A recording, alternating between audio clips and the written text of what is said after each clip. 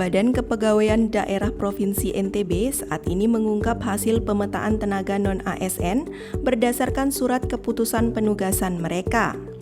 Hal itu disampaikan Kepala Badan Kepegawaian Daerah NTB, M. Nasir, dalam sebuah wawancara Senin 18 Juli 2022. Nasir menyebutkan pihaknya telah menyatukan database tenaga non-ASN atau honorer dari semua OPD.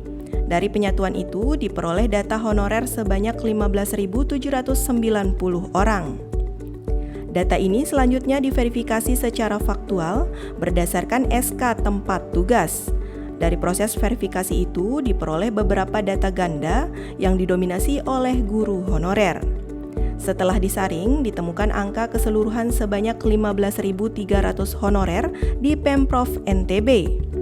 Jadi tenaga PTT 114, tenaga kontrak 4.342, tenaga BLUD yang ada di rumah-rumah sakit ada 1.447, kemudian di GTT guru tidak tetap yang di sekolah-sekolah itu yang paling banyak ini sebanyak 9.052, dan tenaga teknis lainnya yang dikontrak melalui komite itu kemudian dari hibah yang ada di komisioner itu sebanyak 345, sehingga jumlah keseluruhan ada 15.300 orang. Hingga saat ini BKD NTB belum dapat memastikan berapa honorer yang dapat mengikuti seleksi P3K dan CPNS, sebab saat ini masih dalam proses pemetaan berdasarkan SK.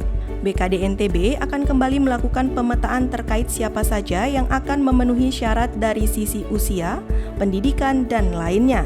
Selanjutnya, BKD NTB akan menunggu kepastian formasi dari pemerintah pusat melalui Menpan RB sebelum nantinya dimasukkan dalam usulan formasi CPNS.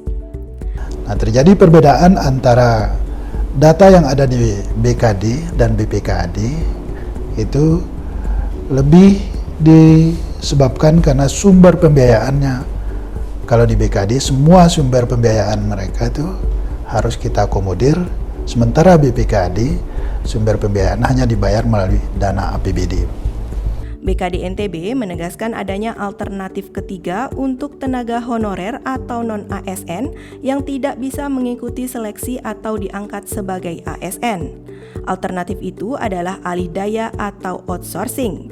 Hal ini dimungkinkan sebagai bagian dari upaya penataan tenaga honorer atau non-ASN di pemerintahan. Jadi tidak ada satu kalimat atau kata-kata dalam surat Menpan itu bahwa dirumahkan atau diberhentikan, tidak ada, Pak.